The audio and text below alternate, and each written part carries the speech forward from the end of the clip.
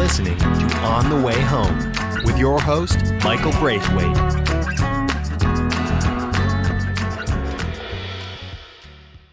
Welcome, friends, to another episode of On the Way Home. I'm Michael Braithwaite, your host, where I work with people much more talented than I am in the area of housing and homelessness at Blue Door, organization that for over 43 years has been supporting vulnerable individuals, families, youth, individuals from the 2S LGBTQ plus community, and much more through all sorts of different types of housing, whether it be emergency housing, transitional housing with supports, and we help them with their health journey.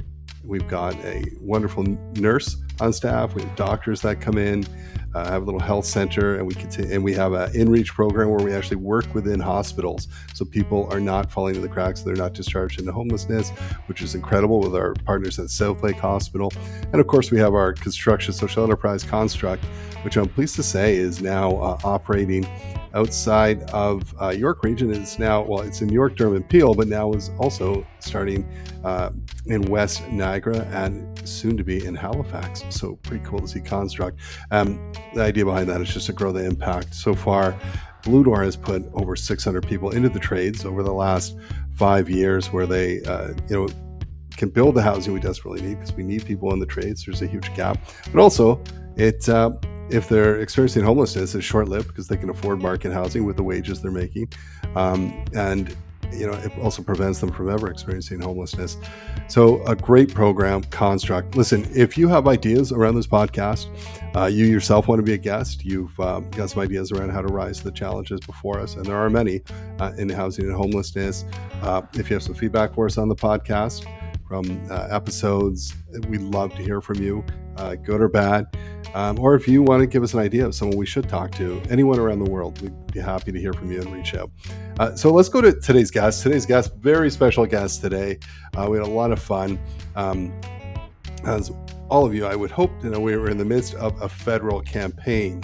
And aside from tariffs taking over, housing remains a huge challenge across our nation, and it's high up on the list of importance for people when it comes to voting. So today we're fortunate enough to have Nate Erskine-Smith, who's the Minister of Housing, Infrastructure, and Communities, with us.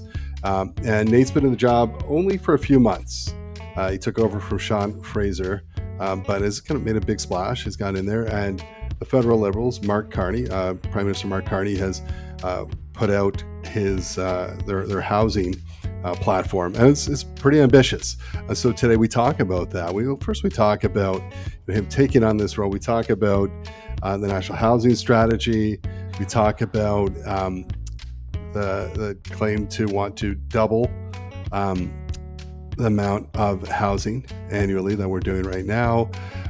We talk about how the feds are talking about having something called Build Homes Canada, a Crown Corporation build housing, be a developer, and why there's a need for that, and what are the advantages to doing that.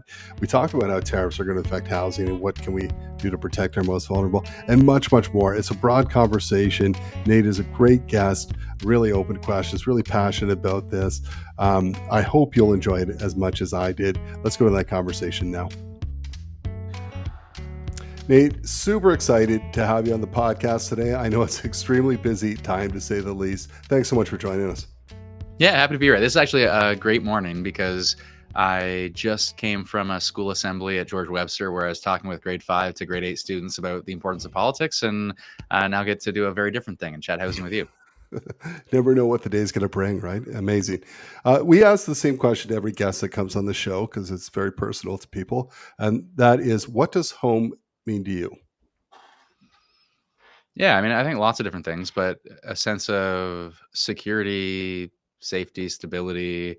I obviously think of a place for me and my family, and that sense of stability and, I guess, security of tenure. Yeah. Very cool. Thanks for that. Now, I know you've been in politics for about 10 years as an MP, but you had a life before that. If you can help, just let's get to know you a little bit better. Walk us through your journey into this work where you are now.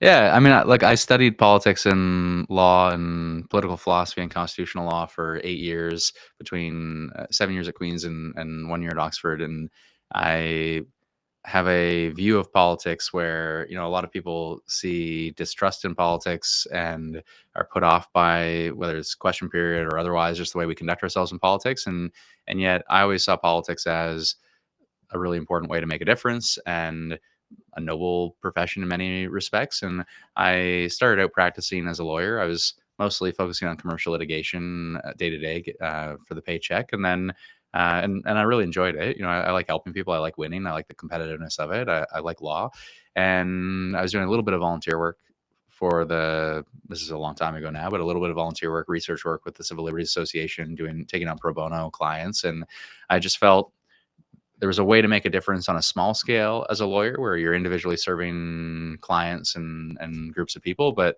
there's just a bigger opportunity to make a difference in politics where you could help a whole lot of people all at once through policy changes. And at the time, then he wasn't the prime minister yet, but Justin Trudeau was the Liberal leader, and he was calling for a different kind of doing politics, different kind of way of doing politics. He was talking about open nominations and more grassroots politics, and it all really spoke to me because I was 29 at the time, and I sort of thought, okay, I get to represent or have a chance to represent my home community where I grew up, where I've lived most of my life, and what better job is there than that?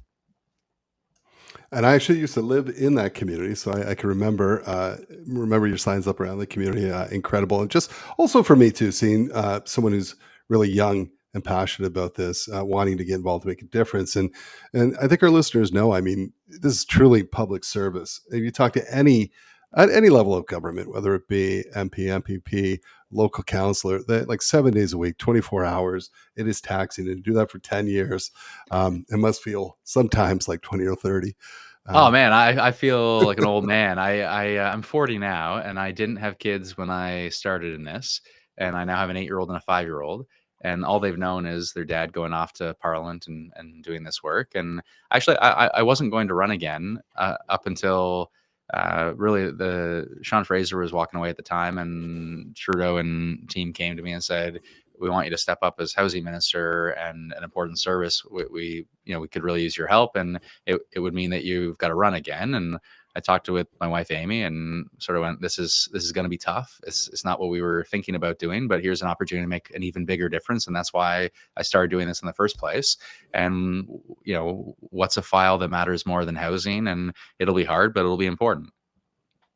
Absolutely. And you've been kind enough to share, as I've seen you talk a few different times, just even about your growing up too, right? You're growing up in co-op housing, I believe. Is that what you talked about a Yeah, little bit? yeah. So I coming, was when I was born, my parents were living in a co-op on River Street, the Tommy Douglas Co-op, and my parents were both teachers, and they lived in that co-op from 81 to 86, and then in 86 my brother was born, and they with 3 kids, they were getting crowded out, but that honestly gave them an opportunity to save. And it's impossible to buy a home as 2 teachers in the same geography today, yeah. but they were able to save up a little bit of family help and buy a 3-bedroom old semi-detached home and raise 3 kids. But the roots to co-op housing go way back. That's Oh yeah, incredible big and time. gave a Yeah, good yeah. start. Yeah. And What? my dad will talk about it. I mean, he was quite involved in, look, everything depends upon a small number of people, but co-ops, the same is true. And a small number of people and get involved in the board and really help run the thing. And so my dad will tell stories about really being involved. Yeah, it's truly like I don't know, it's community housing at its best, really. You've taken on Trudeau came to you and the team and said, take on this role. I mean, what a critical moment. Uh, you know, so it's been a tough time. Just as your party unveiled what you've been saying is the most ambitious plan since World War II. Uh, Yeah. what's the big picture goal you want Canadians to take away from that plan? There are 3 things I want them to take away. One is we are going to massively reinvest in getting the government back in the business of affordable housing, and at a scale we, as you say, we haven't seen in a very long time. The echoes of World War II goes back to Wartime Housing Limited. It was a public agency really focused on building housing quickly and affordably for veterans and those serving our country on public land and making the most of that. I want them to know too, though, that it's a comprehensive approach, and we're going to get the government out of the way so the market can really expand construction and juice housing and jump housing starts. So we're going to reduce red tape and cut taxes and get the market moving as much as possible as well. And we're going to treat housing as a home first. I mean, you ask about a home at the top, but oftentimes in this country, people have seen housing as an investment first. And look, we need investment to build, but we want to make sure we're prioritizing treating housing as a home first. And especially, we don't want investment dollars displacing affordability in the residential resale market. Yeah, and there's many that would. I mean, for years we've been talking about how the financialization of housing has helped get us to the spot we're in today. Now, I was so excited back in 2017, 2019 with the National Housing Strategy, the first time in Canada's history. It was a huge step in the right direction. One of the challenges in it was that housing and homelessness were not really aligned on the policy level. How could you go about changing that moving forward, or what are your thoughts? Yeah. So, I mean, even before we get there, just people should know. I mean, you talk about sort of how we got to this point, and there are lots of different factors that have gotten us to this point. But one of them is we walked away from housing, and we walked away from housing as it relates to federal policy, and we downloaded that responsibility. And there were decades of bipartisan neglect. Province in Ontario, obviously, we see a greater challenge to homelessness than other provinces. Why? Because the province downloaded social housing to municipalities, and those are a level of government, especially the size of those governments and the resources of those governments, it differs across municipalities and ill-equipped to deal with housing on its own. And so I do think when you talk about the importance of the national housing strategy, it was incredibly important. Just we're back in the game in a serious way, and you mentioned it's the right direction. To me, it was a question of scale. We were back in the game, important, but we just weren't at the scale of ambition that we needed to be to match the scale of the crisis and the challenge. As it relates to housing on the one hand and homelessness on the other, and obviously the need for a housing first approach to address homelessness, I do think we can do a better job of marrying our housing dollars, which are getting rapid housing built, and people should know, we've delivered $4 billion in rapid housing to get homes built quickly to address homelessness. There's another $1 billion through CMHC to deliver on the same front. There's additional monies that we're going to see post-election through the overall $10 billion envelope, but a portion of that is going to go to address the most vulnerable through housing and a housing first approach to address homelessness. Well, that has to be directly married with Reaching Home, which is our national homelessness strategy, and it's operational supports. There's some capital, but it's oftentimes operational supports for boots on the ground, organizations like yours. And so how do we make sure that those are properly married at a policy level, I think is the core question when it comes to addressing homelessness, and that those programs are working in tandem as much as possible. And I do think there's a way to make sure they're better integrated in the department, where the department's responsible for Reaching Home, CMHC is responsible for doling out the dollars on rapid housing, and just making sure that those two programs are integrated in the same shop. Absolutely. And we've seen, I mean, for you talk about Reaching Home last year, 1.4 billion boost. We see it landing in communities. It's doing good work. Communities are stepping up and able to do what they need to do. How do you hope it will change the conversation on homelessness, especially just like with encampments becoming more visible across the country? We hear about the number of encampments growing. Again, so people understand too that all levels of government play in this, but what are your hopes? So as a starting point, I mean, there's a question of, is the funding enough? And we've increased funding for Reaching Home by 400% in the context of the pandemic, and then have sustained that level of funding today, which I think is important. And so I think the knock-on question becomes, how do we deploy these resources most effectively to support those in the greatest need? So we do two things. One, we treat public spaces as a welcoming space for everyone in the public. I don't think encampments are an acceptable solution where public spaces become inaccessible to the general public. At the same time, I do worry that when we see conservative politicians, I will say, is always where you see it come from, but it's folks who stand in front of an encampment and don't go into the encampment and meet with people, don't talk to people and treat them as human beings, but wag their fingers and stand outside and shoot videos saying, this is this is a blight, this is a liberal problem, and it's just not treating. It's basically treating vulnerable people as props in just a really despicable way, I think. And so, how do we move away from that to addressing a shared problem? I mean, we all want to make sure those public spaces are accessible. We also, I think, want to make sure we are supporting those in the greatest need through a human rights lens, treating them with dignity, and making sure we're lifting them up. And recognizing that different people in those encampments, different people on the street, are at different places, and they need different supports. And so some people just need four walls, and that's going to help them get back on their feet. Four walls, some stability. They're going to be able to go to a job interview, get back on their feet, and away they go. Other people need more intensive supports, whether there's a substance use challenge or there's a longer lasting mental health challenge. That some people need much more intensive supports. And how do we make sure that there's that continuum and range of services available on demand when people need them? And I think we can do both. I think we can solve this problem from the perspective of our main streets and our small businesses. We can solve the problem from the perspective of people with families who want access to parks, but also from the perspective of helping those in the greatest need, the most vulnerable, getting supports and services and housing when they truly need it as quickly as they need it.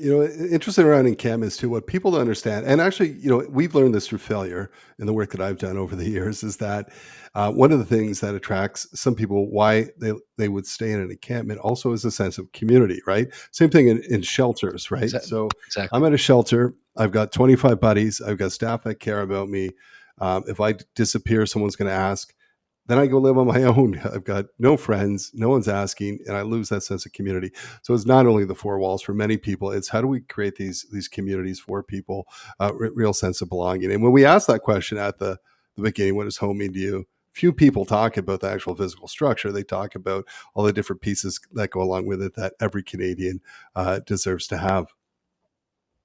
Yeah, and you bang on. It's that sense of belonging and those social supports and those connections, and relationships are kind of everything in this regard. And so, making sure that folks are supported, and as we support them with housing, that there are those wraparound supports to housing as well. And I do think it becomes a question of when we look at reaching home.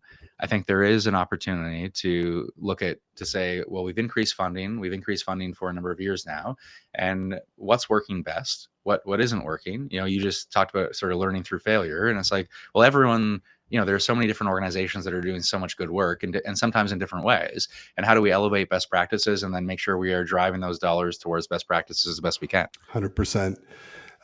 Now, one of the big pieces in your campaign, we've heard a lot about, and I want to also, so listeners understand, I mean, when the federal government got back into housing, we're talking about being 30 years behind, a lot of work. We're not going to solve this overnight. I think people want immediate success, and it takes time. It takes time, right? But Yeah. the campaign talks about doubling the supply of housing, which is huge, right? We've talked about this. We've heard a lot about Yeah. we have to increase the supply. I think I've heard you talk about how we failed miserably, to be honest. I mean, we slipped backwards a Yeah. little bit. How do you get there? So this is huge. How are we going to get to the doubling that amount of housing we need? Yeah, so there's two ways of thinking about this. There's the broader, how do we double housing starts overall? And housing starts are clocking in at between 230, 240,000 a year, and that's woefully insufficient. And so, CMHC will tell you you have to double that, and they'll look at a 10-year time horizon for doubling housing starts. And that can be a challenge that right now the macro factors like in, Donald Trump, macro factors around interest rates. There are all sorts of challenges to the investment environment and housing starts. There's the secondary question of how do we make sure we double the share of non-market housing as well, because we are not only behind on housing starts overall, including serving the market, we are also woefully behind because of the walk away, for decades, and the incremental assertion of the federal role. Some provinces are better than others in this space. It's mixed across municipalities. And so how do we make sure we take what is a 3.5% share of non-market housing, and we make sure we double that share over the next 7 to 10 years as well? And so those are the two challenges. Now, how do we get there? I think on the doubling housing starts overall, you'll see a level of ambition here to, you know, slash development charges by 50% for multi-unit builds, to make sure we are investing in innovation, that we're cutting red tape and rewarding municipalities for upzoning and creating the environment for gentle density and creating the environment for building and rewarding those efforts. I think all of that is incredibly important. The dollars on the innovation side will be important as well. There's $26 billion, $25 billion in longer term low interest loans. That's going to be very, I think, important for just driving scale on housing construction and productivity. On the non-market side, I think it is, then you're into this idea of a public builder maximizing federal dollars and more than anything, maximizing public land, so that you have a combination of long-term low interest loans, grants and contributions, and really a contribution of public land to drive affordability. And this is a huge contrast, because you've got conservatives that are on record saying they will sell off land to developers for housing. And we're saying, no, we want to make sure we drive affordability and perpetuity on public land. And we're going to maintain ownership and have partnerships with private developers and non-market operators to make sure we drive affordability and perpetuity using and maximizing public land. I remember talking to Tyler Meredith, I think, way back on this podcast about this. He was talking about when you use your land, and you do that, and the asset, in a sense, remains on the so the balance sheet, you're actually not spending, you're actually improving, and so it just makes sense. So that makes a heck of a lot of sense. One of the other pieces too that is fascinating coming forward with this, the plan, is the Build Homes Canada Crown Corporation. Now, Olivia Chow talked about this when running and saying they've got to get into, and so there's kind of a push and pull for people around this.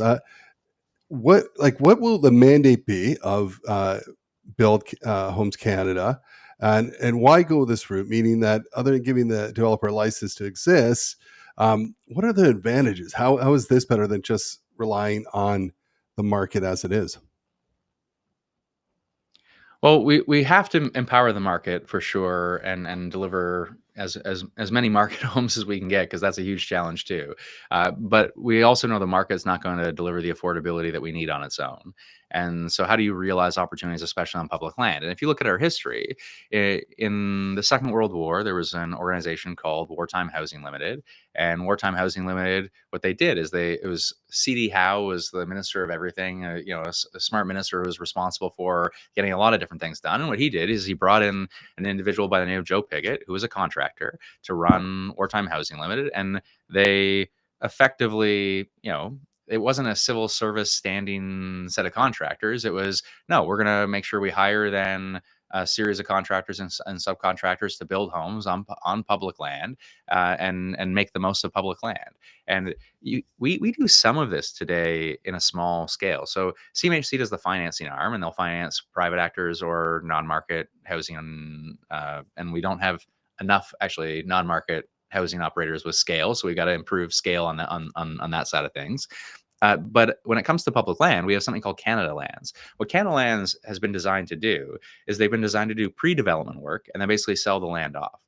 And I think what we want to do, what Build Homes Canada is set up to do, is we're set up to then take that role and take it a step further, to return to that World War II effort, to say we need scale, we need to maximize public land, and there's an opportunity to then have an agency that is focused not only on pre-development work, but on seeing development through and affordable development through all the way through. And that would be like the advantage is the access to public lands right off the bat, right? Is that? Yeah, right off the bat. And I think there's devil's in the details of implementation, and there are lots of different touch points to say you could go this direction, you could go that direction in terms of how it's ultimately designed. I mean, one immediate question is, do you take the financing, the $26 billion on the innovation side and the $10 billion in promise funding for housing students and seniors and those in the greatest need, the most vulnerable? How do you take those dollars and roll it through the new organization, or do you maintain it as CMHC? So that's a huge initial question at the outset. And then what do you do with Canada Lands? Does it partner with, do you stand up a new organization? How much time is that going to take to stand up? And what does an interim solution look like at CMHC and at Canada Lands? And how do you drive ambition scale in a short period of time?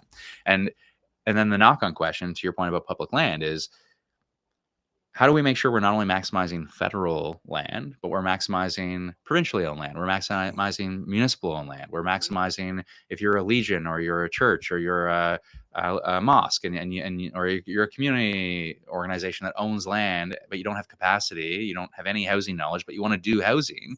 Where does that land go, and how are you best connected? And I think there's a huge opportunity for an organization to play a facilitating role to say, pass it into our hands and we'll get things built. If it's owned in federal hands, we can zone it right away with a certain capital stack and certain zoning rules for density. So there are huge opportunities when the land is in federal hands, but there are also huge opportunities. Like I spoke to the Minister of Housing in New Brunswick, and they want to make the most of non-market housing in their land and not only renew their stock but grow their stock. Well, that's a financing then partnership that we can play a role on. Same in the city of Toronto.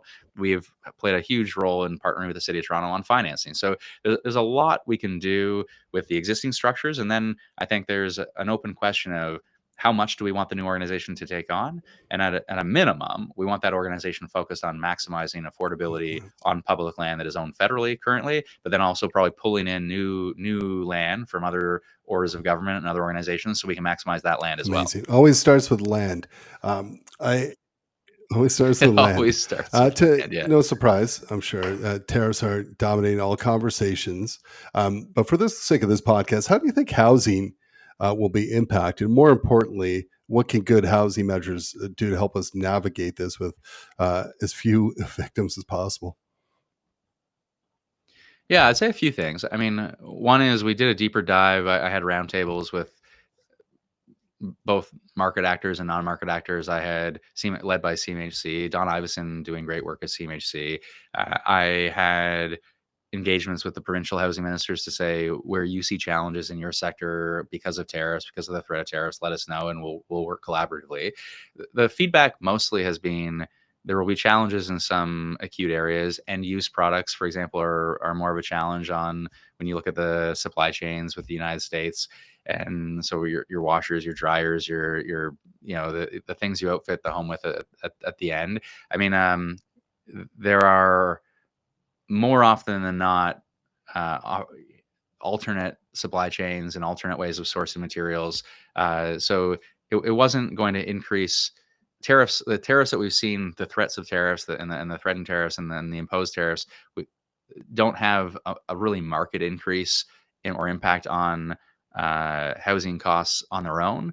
It's actually the uncertainty that has killed the industry, right? So it's just the economic uncertainty, the risk of tariffs that upend the stability of our economic environment, the risk of an economic downturn. All of that has just put on pause basically this invest. So housing starts we want to see it double. Well, we're up against a certain moment in time today that is impeding the willingness for the market to invest in getting housing built because of just the uncertainty and the broader economic risks. And so to address that head on, I think that's why you've seen Mark Carney come out and say forcibly, we need to get the government back in the business of building affordable housing in a serious way at a scale we haven't seen since the Second World War, because we need to empower the market to build, and we're going to empower the market to build. But there are all sorts of macro factors that impede that. And so we have to make sure we are doing everything we can within our jurisdiction, within our financing, to make sure we drive change that is not going to be impacted by those market considerations. I like the distinction there between threat and actual tariffs, but because who knows, day to day. Yeah, day to day, wake up the wrong side of the bed and win a different tariff on a different industry. So let's know. think we've got a big election coming up, just a little while. When you think about housing policy a year from now, whether your government is reelected or not, what progress would make you feel proud of your time in this role? There are three things that I would. One is, do we see? Obviously, we're always going to be judged by housing starts, right? Like that's success or failure is housing getting built in this country at a scale that we needed to see built. I think systemically, I would want to see the rules of the game on getting homes built change across this country. So we've seen major changes across municipalities, and we need to continue to see those changes. And as I say, we are rewarding municipalities for making those changes. We're about to enter into a situation where we reward municipalities for changing how they charge fees for housing enabling infrastructure. I think changing the game on just those basic rules, and basically, I want to make sure that we see macro factors couldn't be this for sure, but I want to make sure we have changed systemically the rules of the game on zoning and the rules of the game on financing, housing enabling infrastructure. So there's the opportunity to build. And on the non-market side, and I've said this before, but I, taking on this role, just didn't think we were leaning into this space as hard, as fast, at scale, as much as we reasonably could and should. And so, whether we get to a place, I'm unlikely to occupy this position for 7 to 10 years, but I do think getting back to some consensus in this country that there's a strong role for the public to play in getting affordable housing built, affordable housing in perpetuity, community housing, reinvesting in community housing. I think just building out that space and that consensus is incredibly important as well. Very cool. Thank you for that. I'm going to ask you one last question, and it comes to me from Mayor John Taylor up in Newmarket, who is just a huge friend of, like, we talk about municipalities doing their part around housing. He's incredible. Really, he's always looking at ways he could get land, help. He's helped us with the MZO through, like, just a real advocate. But Yep. when I talked to him about development charges and cutting back on those, he said, listen, I don't debate anyone. He said, development charges help us actually build affordable housing. So if we cut those back for Yep. housing, how are we made whole? And I told him I'd bring that to you. So thoughts are...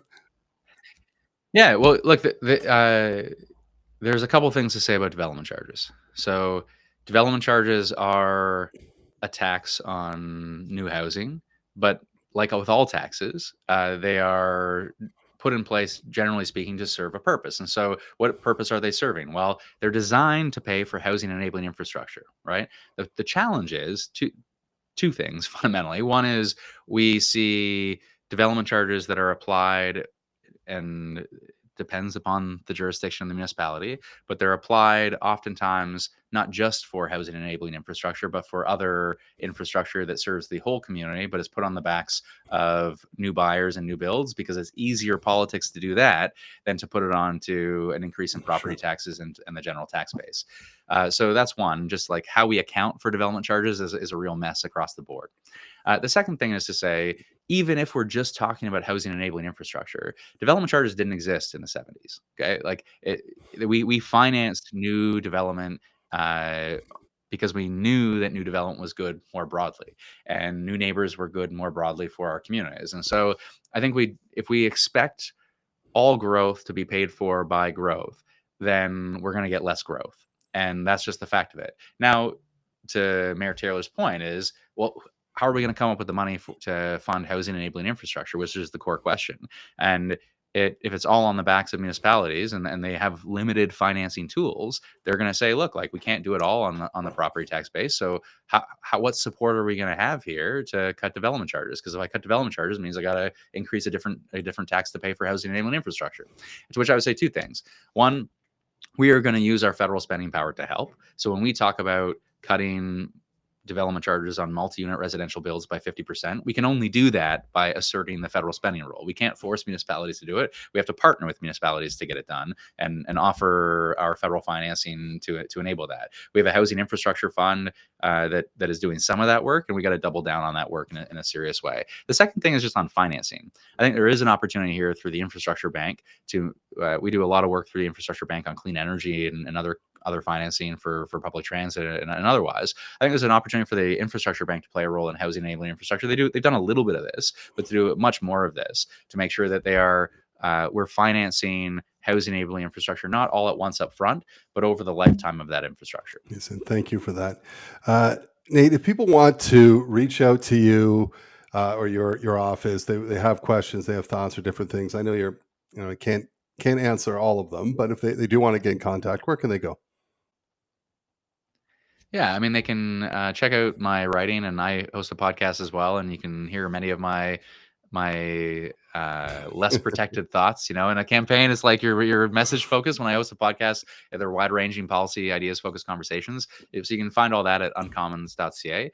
You can also reach out to us on the campaign trail when it comes to any campaign related questions. You can go to votenate.ca, and if you are in need of if you're in my riding and you need help, our constituency office is obviously still serving folks, and that's info@beynate.ca. So there are 3 different paths, I suppose, to get me in different Amazing. ways. Thank you so much for taking time in this busy time. You're always busy, but even more so now. Good luck in the coming weeks. And thank you for all you do and continue to do as Minister of Housing, Infrastructure, and Communities. Well, I appreciate it. And thank you for doing what you do, because at the end of the day, the federal government operates at a pretty high level, and Reaching Home is a really good example where we deliver dollars. Our job is to make sure those dollars are being directed as best they can. But in the end, it's organizations like yours that are making the most of it and really realizing change and an impact on the ground. And so I just really appreciate all the work that you and others in the sector do. It's Amazing. incredibly Thank you for that, Nate. Good luck. You're listening to On the Way Home with your host, Michael Braithwaite.